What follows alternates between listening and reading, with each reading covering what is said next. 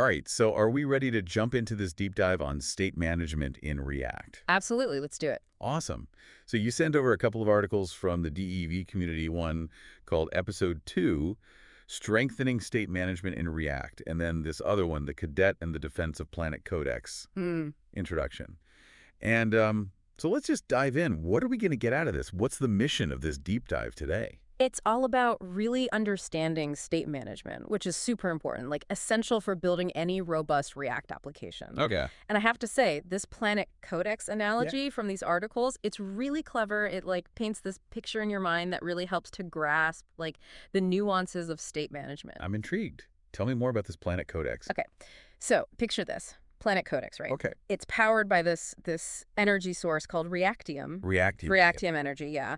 And it's basically like your React application. So Reactium energy represents like all the data and the logic that makes your app work. And of course, you've got users interacting with the app all the time. Right. And to keep things running smoothly on Planet Codex, we have the Planetary Defense Core, or they call it the PDC. So the PDC is kind of like the developers. Yeah. Keeping everything safe and running smoothly. Exactly, exactly. So they're like the guardians of the app, constantly fighting off bugs, making sure everything runs as it should. I love it. And in this story, we follow this new PDC cadet named Arin. Arin. Yeah, Arin.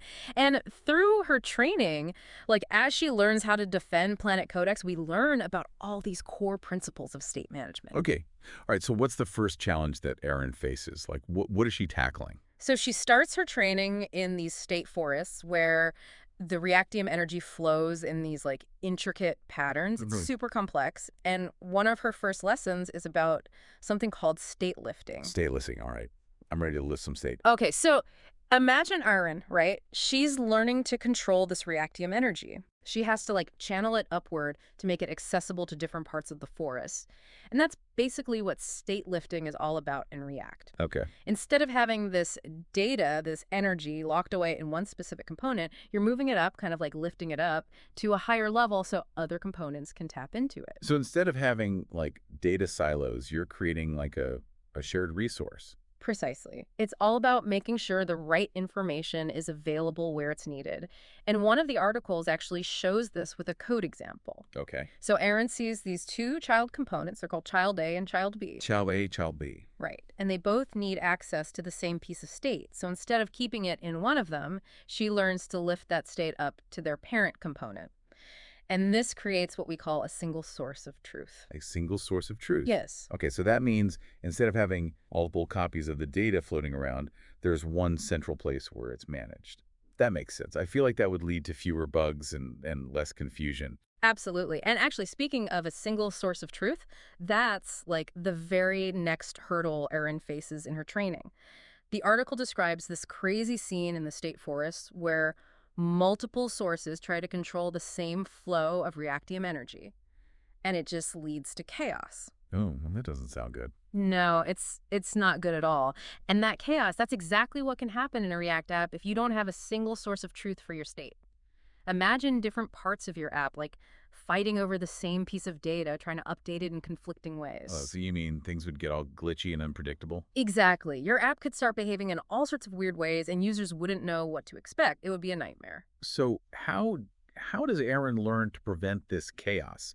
What's the solution in Planet Codex for making sure there's only one source of truth? Well, the article provides this example where, like, a central command center is set up. Yeah. And this central state, it's kind of like the brain of Planet Codex. It holds all this crucial data, and then any component that needs access to that data can just tap into the central state.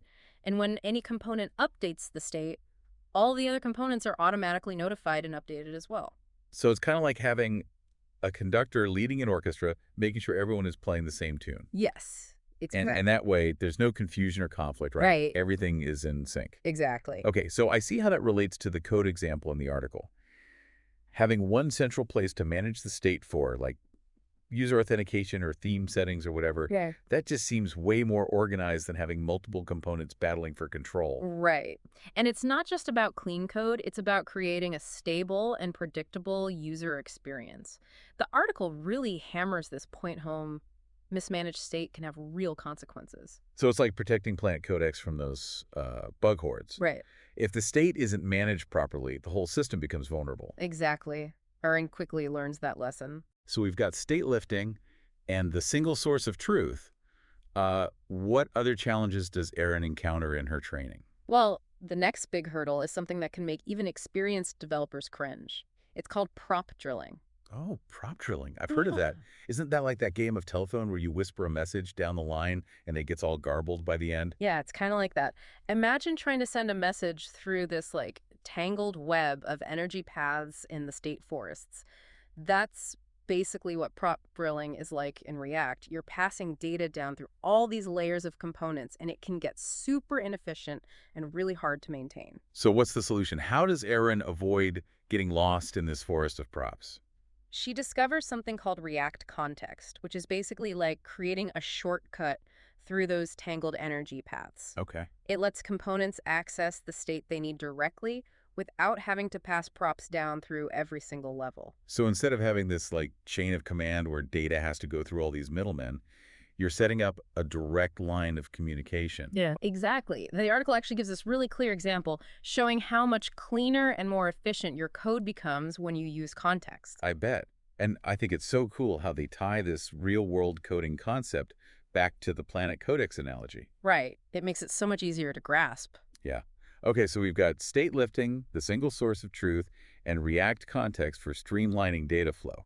What else is there? Well, Arin also encounters these two fundamental types of state, local state and global state.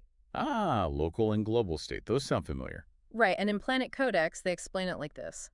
Local state is like managing the energy flow within a specific zone of the forest, Go on. but global state, that's like managing the energy for the entire planet. Got it. So local state would be like for data that's only needed within a single component, right? Exactly. And global state would be for stuff that affects the whole application, like user settings or themes or something like that. You got it. Okay, so it's about choosing the right tool for the job, basically. Yeah, Sometimes you need that localized control, and other times you need to coordinate things across the entire app. exactly. And in the next part of Aaron's training, we're going to explore the differences between those two types of state in more detail. All right, so before we jump into that, let's take a moment to think about what we've learned so far about state management. Mhm. What are some of the big takeaways from this first stage of Aaron's journey? Well, I think it's clear that state management is all about control, about controlling the flow of information in your React application. Right. It's like this delicate balancing act, making sure the right data is accessible to the right components at the right time. And if you don't manage it properly, you're in for a world of hurt.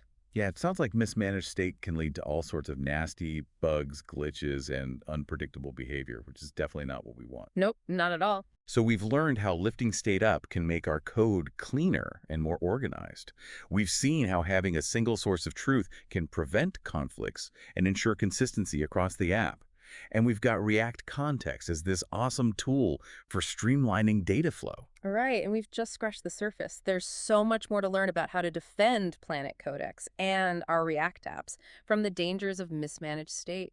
I can't wait to see what other insights Arin uncovers in her training. Stay tuned, everyone, because we're about to dive even deeper into the world of state management in React. You know, what's really interesting about this whole Planet Codex analogy is how it really drives home the point that mismanaged state can have some serious consequences. Yeah. Like it's not just about messy code or making your code harder to read. It's Yeah. about like potentially creating chaos within your entire application. Hmm. And like those glitches and distortions that Arin encounters in the state forests. Yeah. That's a really good reminder that state management is not just this like theoretical concept. It has a real impact on how your app actually functions, like how users experience it. Yeah. It's like if the state is messed up, the whole app can just like fall apart. Right. It's like Yeah. it's like trying to defend Planet Codex from those bug hordes without a clear strategy. Yeah. You're just reacting to problems as they pop up instead of like proactively preventing them. Precisely. And think about it from a developer's perspective. Okay. If you don't have a good handle on your state, debugging becomes an absolute nightmare. Oh yeah. You're constantly like chasing down these weird, unpredictable bugs, trying to figure out like what's causing them. Mhm. And it can be super frustrating. Yeah, it sounds like trying to untangle a giant knot. Exactly. And that's why it's so important to have a solid strategy for state management from the very beginning. Okay. It's like setting up like a robust defense system for planet Codex, you know? Yeah, You're anticipating those potential threats, and you're putting measures in place to mitigate them before they even become problems. I like that analogy. So if we want to build like a really strong and stable planet codex, Hmm. where do we even begin?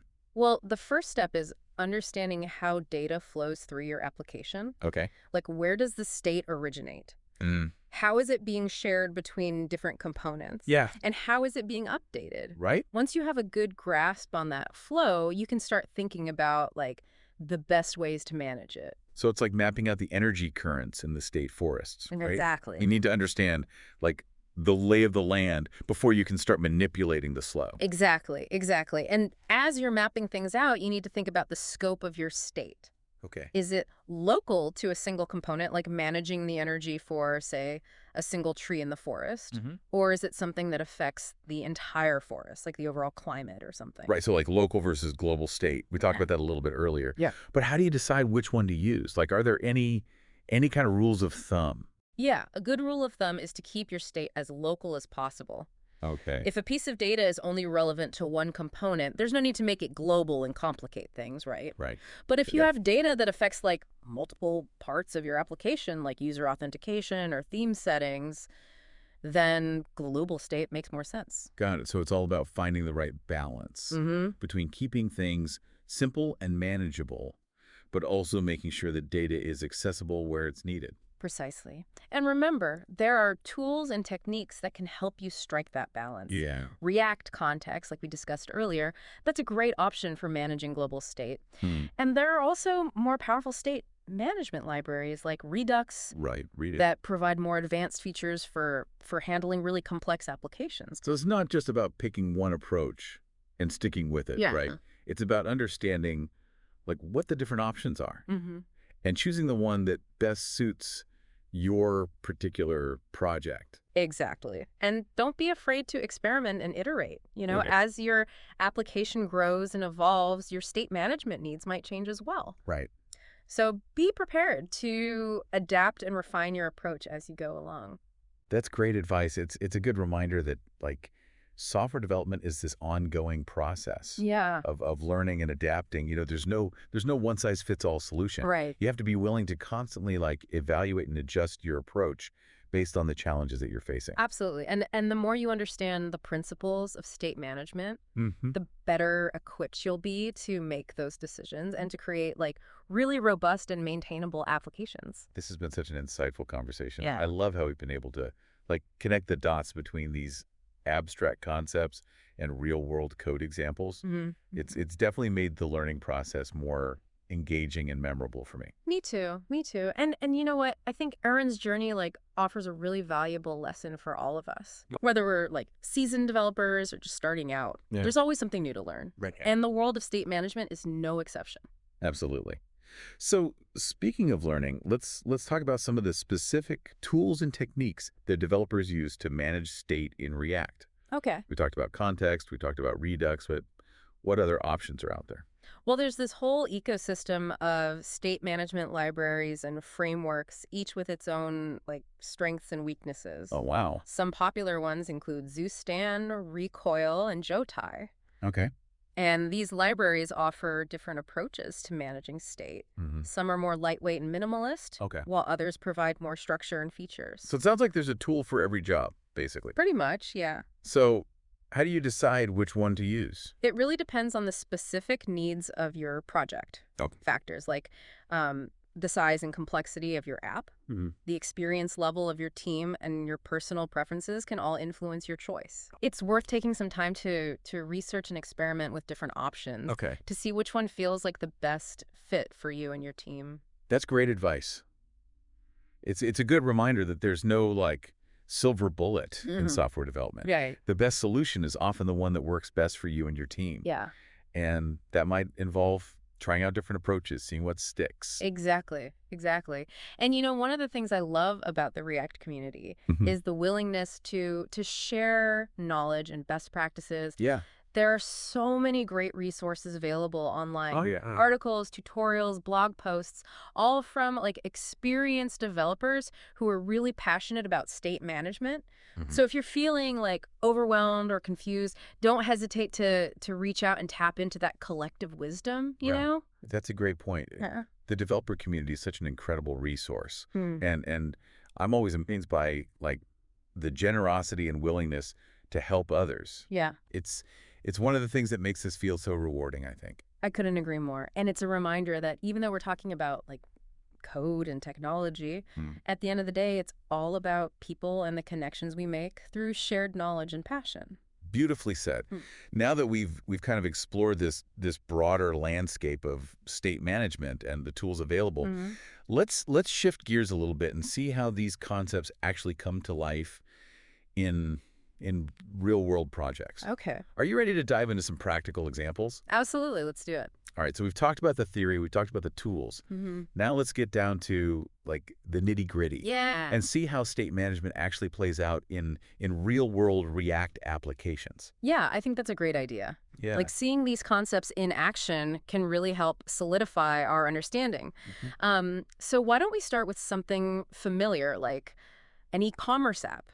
Perfect. Yeah. I feel like everyone has shopped online at some point. So what kind of state management challenges do we encounter in that context? Yeah, that's a good one. Like think about the shopping cart, right? Okay. The items in the cart, the quantities, any discounts applied, all of that needs to be managed by the state. So as the user is like browsing the site, adding items, removing items, Mhm. the state is constantly being updated to reflect those actions. Exactly, exactly. Right. And it's not just about the products themselves, Yeah. like the user shipping address, billing information, order history, all of that can be part of the state as well. Wow. So the state is like the central nervous system of the e-commerce app, Mhm. making sure everything is in sync and working correctly. Precisely.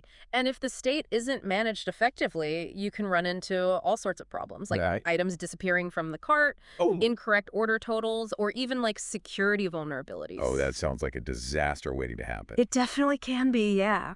That's why careful planning and implementation of state management are so crucial for any e-commerce application. Okay. You need to think about like how the state will be structured, how it will be updated, Yeah. and how you'll handle like all those edge cases and potential issues. So it's not just about choosing like the right tools like context or Redux or whatever. Right. It's about having like a solid strategy for how you're going to manage the flow of data throughout the entire application. Absolutely, yeah. Okay, so e-commerce is a great example. Hmm. What about other types of application? Like how does state management play a role in something like a social media app? Okay, so think about like your typical social media feed, right? The Yeah. posts you see, the users you follow, the notifications you receive, all of that is driven by state. So as you're scrolling through your feed, Yeah. liking posts, commenting on posts, Mm-hmm. the state is constantly being updated in the background to reflect all those actions. Exactly, exactly. And it's this dynamic updating of state that really makes social media apps so engaging. Mm. You're constantly seeing new content, you're interacting with other users, you're getting feedback on your own actions. It's all happening in real time. It's amazing how these like seemingly simple interactions Yeah. actually rely on such complex state management behind the scenes. It really is. And as you can imagine, the state management challenges in a social media app can get like pretty complex. You Yeah. need to handle things like real-time updates, data synchronization across multiple devices, Right.